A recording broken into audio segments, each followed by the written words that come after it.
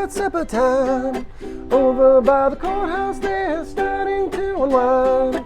4 kids on the corner trying to bring you up. Willie picks a tune out and he blows it on the hop.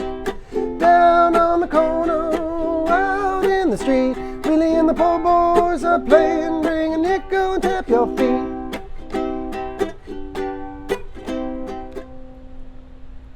Hey, believe it or not, I tried that 7 or 8 times. And that one finally I feel good about. In this week's episode, video, story, I'm going to tell about a tape that I found as I was putting together the material for the 2 University of Wisconsin videos and the bits and pieces. And that was the piece that I laid at the end, which was the copy of the Stones Cold Right show that was recorded during my college years. And I made a mistake in the intro video that I laid out last week, but it's still true. I was going through the buckets and I found the tape. And I hadn't listened to it. I didn't have a tape player. So after I got done recording and doing my work on Saturday for the video release, I took the tape over to the local Goodwill, because where else are you going to find a tape player? And then I actually hooked it up to some power and I dubbed the tape off of it for 45 minutes. My daughter's boyfriend works at Goodwill. He walked by uncomfortably quiet a couple of times, probably wondering what I was doing.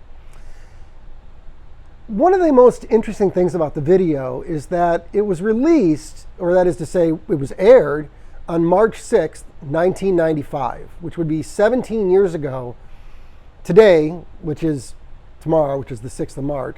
But to the day, 17 years ago, this episode aired on a Sunday between 2 and 4 p.m. And I just want to offer this as a look into what a very young Stinky McDougal looked like in terms of his political views and his conversation. And the fact is, I had a lot of vim and vigor in those days, and I was, well, I can be arrogant, and I was perhaps arrogant on even on the call. But it was an opportunity for me to stop when I heard it, and I went, hold on, I'm talking about the Marcia Clark custody case. That was the lawyer in the O.J. Simpson case, the prosecutor.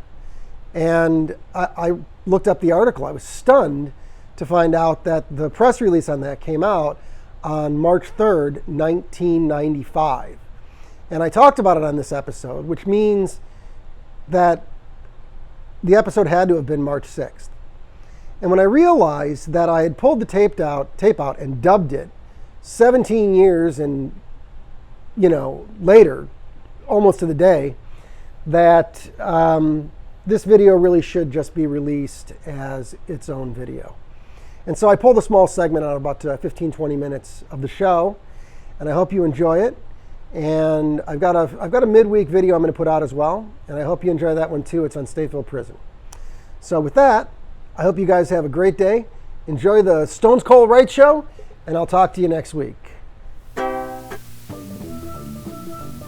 In the world of political scandal and turmoil, there are only 2 brothers who can set it all straight. Brother Slade and Brother Rat. The Fett Brothers. There's only one source to disintegrate the ridiculous sports and recreational organizations. Armed with the most sophisticated post-punk rock collection, they could care less about today's problems. Like that Jeffrey Dahmer guy. He was set up. The Role Playing Game Association, the Professional Bowlers Association, and the PGA. They all need to go. You bet they do. We need to expose the World Wrestling Federation and their hidden political agenda. Hey, save it for the show. Oh yeah, the show. Every Saturday from 6 to 8 with music from No Means No, Bad Religion, Lagwagon, Menudo, Descendants, and more. That's every Saturday from 6 to 8, only on WRFW.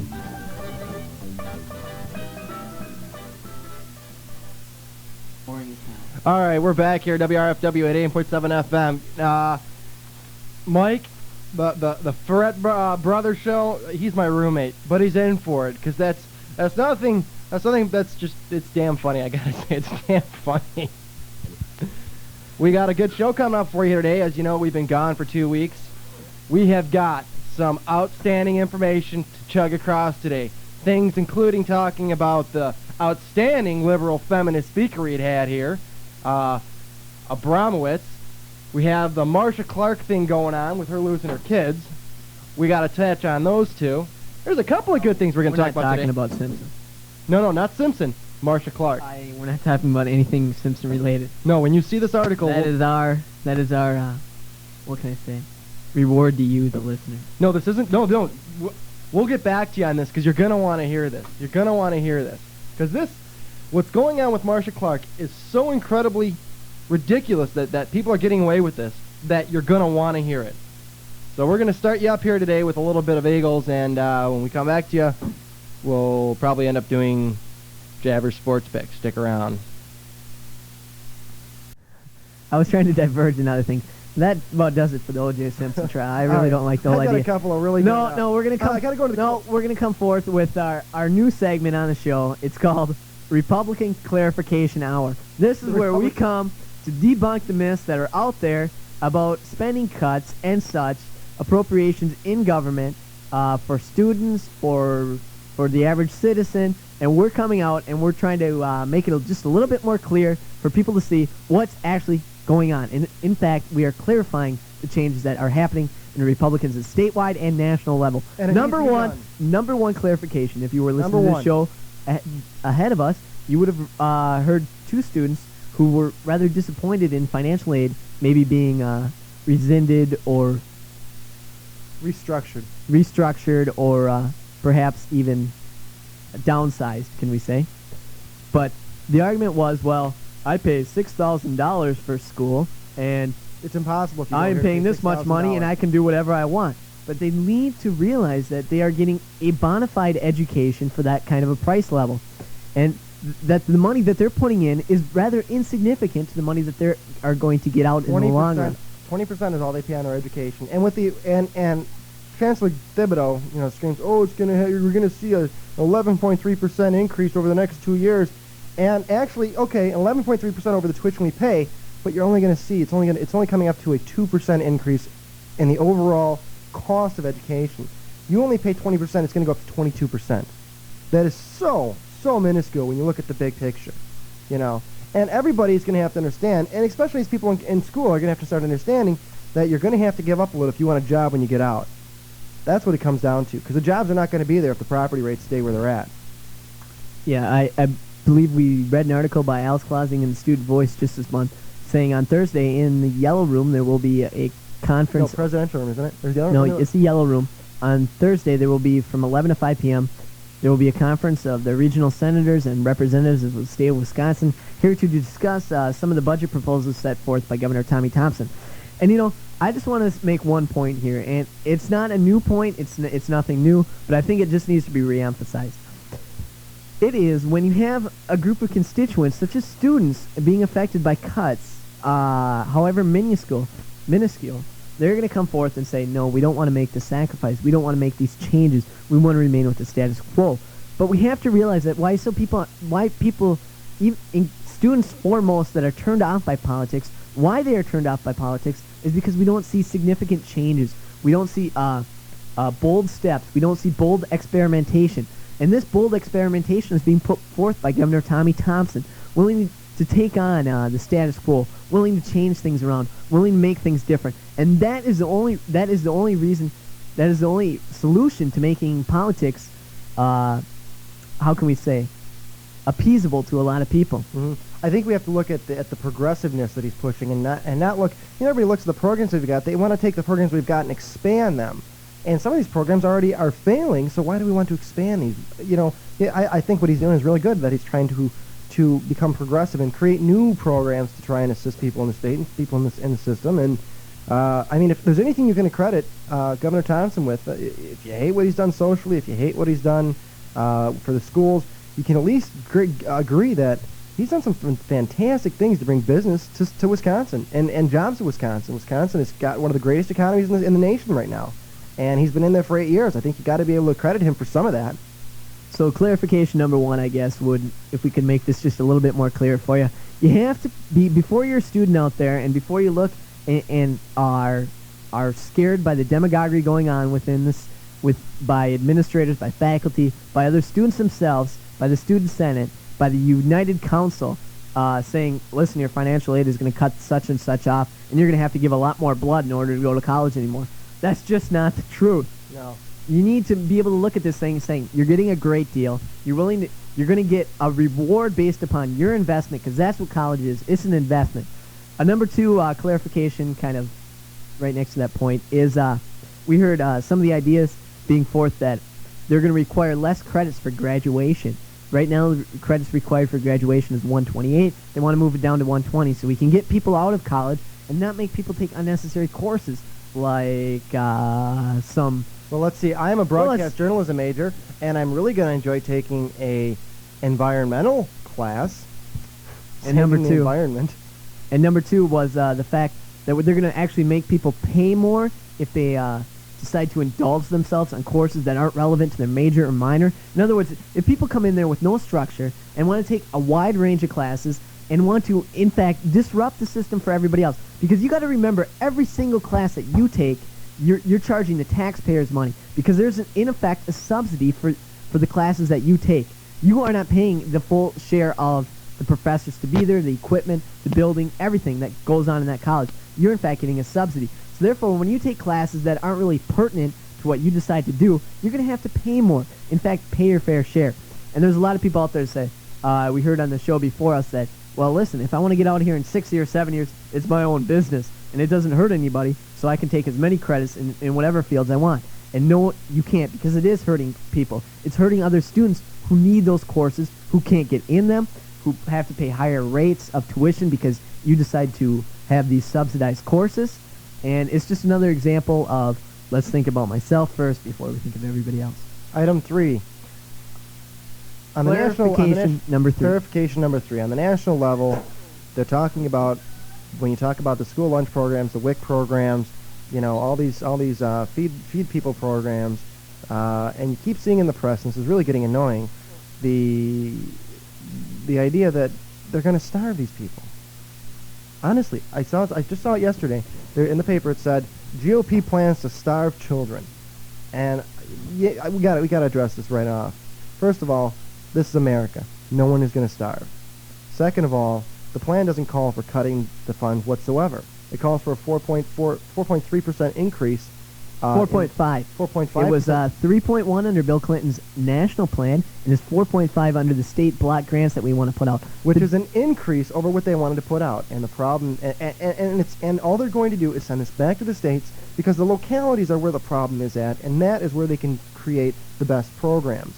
And that is where they can deal with the problem most effectively. And I said this once, I will say this 1,000 times. The problem in New York City is not the same as the problem in River Falls.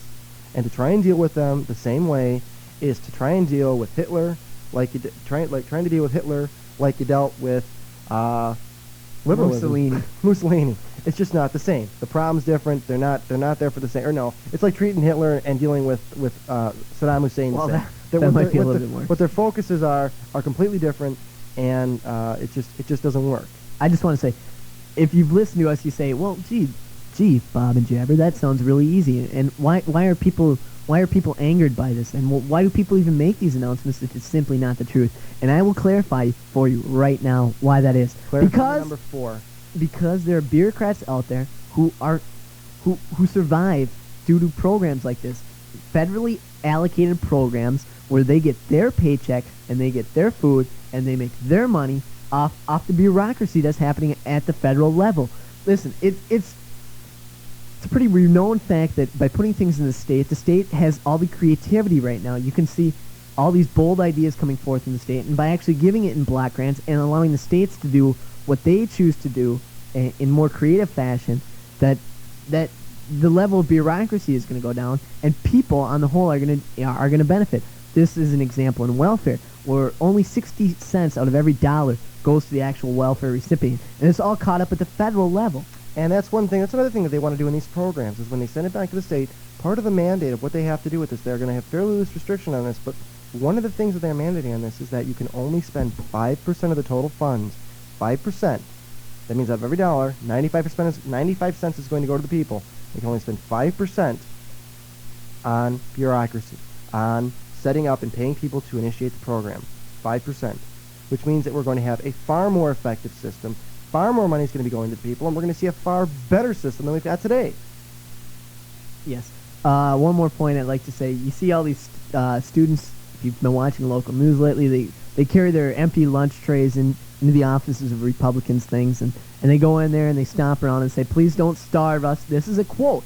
This kind of fear-mongering is perpetuated by the bureaucracies in which they evolve. Foremost, you got people with the school lunch program and the NEA, the National Education Association, saying, listen, if you guys don't go do this and you guys don't go protest, you little kids who are 10 years old who probably don't understand what even a block grant is, if you don't go protest and say that you're starving, your programs are going to be cut.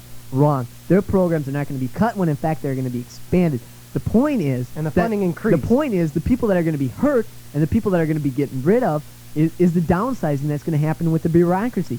When the middlemen and the people who survive with this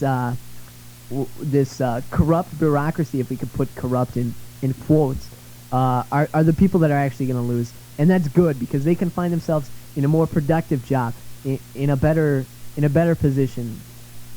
I'll just, there was in Newsweek, March 27th, there were two editorials. The first person got it completely wrong. They started out saying, the Republican proposal to eliminate nutrition programs, including school lunches, brought to light just how the GOP plans to take credit for making the government leaner while avoiding responsibility for making it meaner, which is just ridiculous. We're not trying to make it meaner, and leaner is exactly what the people voted for. They wanted less government. I guess it's this issue combined with the welfare issue. It's this is the question you have to ask yourself. Have the Democrats done an adequate or even good job of providing the poor with empowering themselves, giving the poor a good lifestyle? And we say no. We say no, that there's room for change and there's room for bold experimentation, and we believe the state can implement these kind of policies. And clarification number 5, and this will lead us into our next topic, is this. They're doing the exact same thing with welfare. The exact same idea is being used in welfare. They're not truly cutting it. They're trying to expand it, send it back to the states where these programs can be implemented. And on that note, we're going to turn it over to another idea, which is we had a speaker here this week. Another speaker I here just this want to week. make one more clarification. Okay, for one you last people. clarification. Clarification number 6 is this. Be wary, be very cautious, and be questioning those Democrats who cannot base their arguments, their old arguments, on ideas other than when they bring up cards. Cards are ideas where you throw these things out and you think you don't have to make an argument. Number 1 is the race card. Do not let them play on race and pit one race against the other in order to make their political point. Number 2, class envy. Do not let them show the GOP as the party of the rich and the Democrats as the party of the working class, because it's simply not true. Number 4, do not let the Democrats, or number 3, do not let the Democrats out there play their card on compassion. Do not look at them as compassion, saying, well, since we give this much money to this many people blindly, we have more compassion than the Republicans who demand personal responsibility. Which I think is an outstanding point. Definitely a good point to be made. So be wary of the Democrats out there and the liberals, professors, Alex Clausing out there that decide to use these Trump cards, which just don't work. They are race, they are compassion, and they are class envy. Do not let them use these. And now, all this that we've been talking about is really going to roll really nice into what we're going to talk about first, which is Mimi Abramowitz, or whatever you want to, however you pronounce her name, who came here and spoke to the campus on Friday. She we went, Jabber and I went to her morning thing at the president's room, and it just to sit there in the room and listen to this lady, it was eye-opening, is the only way I can put it. It was eye-opening, because everything that Jabber just talked about, you playing the race card, playing the social card, playing the compassion card, all these things are exactly what she did. She played these cards out, and we let her talk for her first 45 minutes. We did not interrupt her whatsoever, and let her get her word out to everyone, and then they took questions, and we still didn't say anything until the end. And we finally brought this up to her, and basically she pretty much seized up and said, well, I just don't like anything they're doing. I think we got to change it all. And there were people in the room, and people, be skeptical. Be skeptical. Now, don't be cynics, but be skeptical. There was one person in the room, I couldn't believe they did this. She goes, well, I got in this discussion with my parents over welfare reform and how welfare reform is going to hurt women and children, but I just didn't have any statistics or facts. Well, then in your heart you know that there's something wrong with it.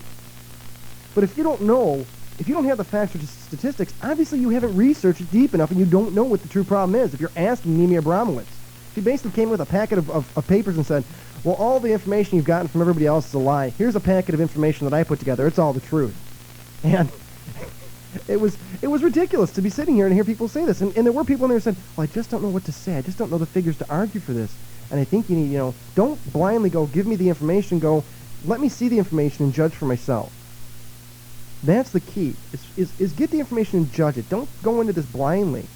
Get the information and look at it critically, skeptically. Be a skeptic, especially when you read it in the newspapers and when you read it in the magazines. Because the information you're reading in there is coming from a liberal left press. And everybody says, oh, well, it's not that bad. Well, it is. And I just displayed that when I read you that article by Marsha Clark. That was an article.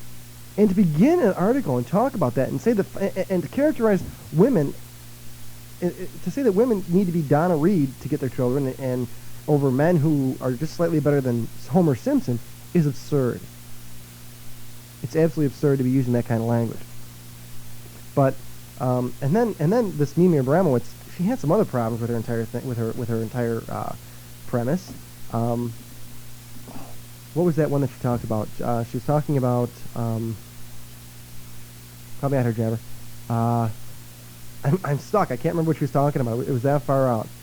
It was halfway through, and she was answering somebody's question, and it had to do with Whether she believed welfare reform was necessary or not? I think that was it. But there was one other point too. Anyways, well, I guess that pretty much sums up our 6 clarifications, unless otherwise there's going to be a little bit more further input. Anything else in the news media that we wish to clarify before we leave you? Well, why don't we just hit the? We'll do the paper later. We'll come back in a little while and do the paper for you guys. Hit all the articles in it. We just wanted to hit on the Abramowitz thing. She just really bothered some people, and I guess what I wanted to get across really was that be skeptical. It would have been interesting if you would have had the other side there. The other side, maybe another speaker that had the prestige and could come in there and entertain her in a debate that was intellectually stimulating, instead of her going on saying these ignorant people out here that just don't get it, and we have to get them to get it. And here's my flyer. Give it to your parents. Tell them they're morons, and tell them they just don't get it. And then I'm the only person who gets it. I think in the future, people who attempt to bring speakers on the campus should really give this thought. I guess it closed with the fact that she said, well, it's good that colleges are still the liberal bastion that they are, but is it really good? Do we want liberals to go unquestioned within the college, within the university systems, dealing with our youth, with the ideas that are coming in the world today? I mean, as people become further, they gain further experiences and they get older and they become wiser, they obviously become more conservative. You see that trend from day one of birth. Some people are a little slower than others, but on the whole, the American public is a little bit more conservative than the liberal people in college. Yeah. With that point, I will leave you. And I think that's pretty much tied it all up, and we'll be back in a little while to talk about what was in the Student Voice this week. We've got a couple other articles to talk about, and so when we see you on the other side of music, probably in about a half hour or so, we will talk again. In the meantime, enjoy.